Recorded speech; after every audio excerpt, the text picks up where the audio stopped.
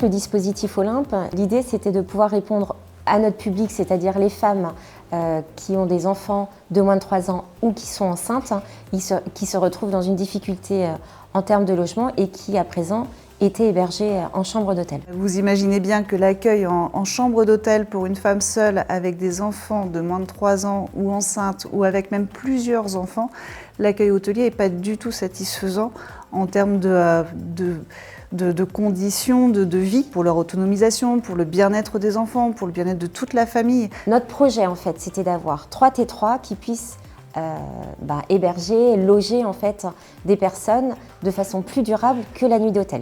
Et le dispositif, il repose sur des logements que l'association a captés. Ce sont des logements HLM. Et ces logements-là, en fait, sont meublés, tout équipés. La jeune femme, elle peut arriver et juste avec ses valises. Ça a tout changé, hein.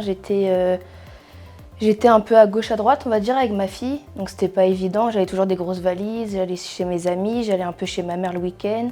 J'étais un peu partout, quoi, donc c'était pas évident, surtout avec un bébé. Et déjà, la personne a réussi disons, s'installer réellement dans son logement. Ils savent qu'ils ont ce logement sur quelques mois et qu'il est plus facile de s'installer, de se projeter, de se sentir chez soi tout simplement.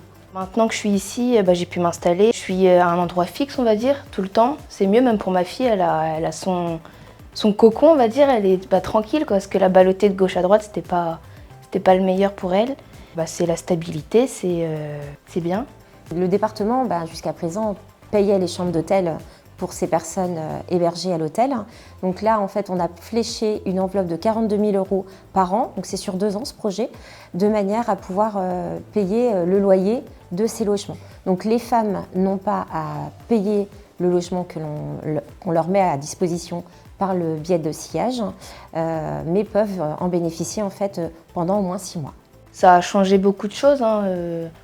J'ai une stabilité, je sais le soir où je rentre, parce que des fois je me disais je sais pas trop où aller, quoi. Donc là le soir je sais où je rentre, je sais que ma fille a sa chambre, je sais qu'elle a son lit, je sais qu'elle a toutes ses affaires. Voilà ce que n'apportait pas l'accueil hôtelier et voilà ce que peut apporter aujourd'hui ces appartements. En plus de ces appartements, nous avons aussi mis en place l'accompagnement nécessaire auprès de ces familles pour leur permettre d'avoir accès à leurs droits sociaux et surtout d'avoir accès à un logement pérenne au terme de ce dispositif. Et l'objectif, c'est dans un délai de 3 à 6 mois de permettre à ces jeunes femmes d'accéder au logement autonome. Et notre rôle, il est de les accompagner dans la recherche d'un logement. Eh bien, autour d'eux, il y a du monde. Il y a le service public, les associations, tout le monde est là pour s'occuper d'eux.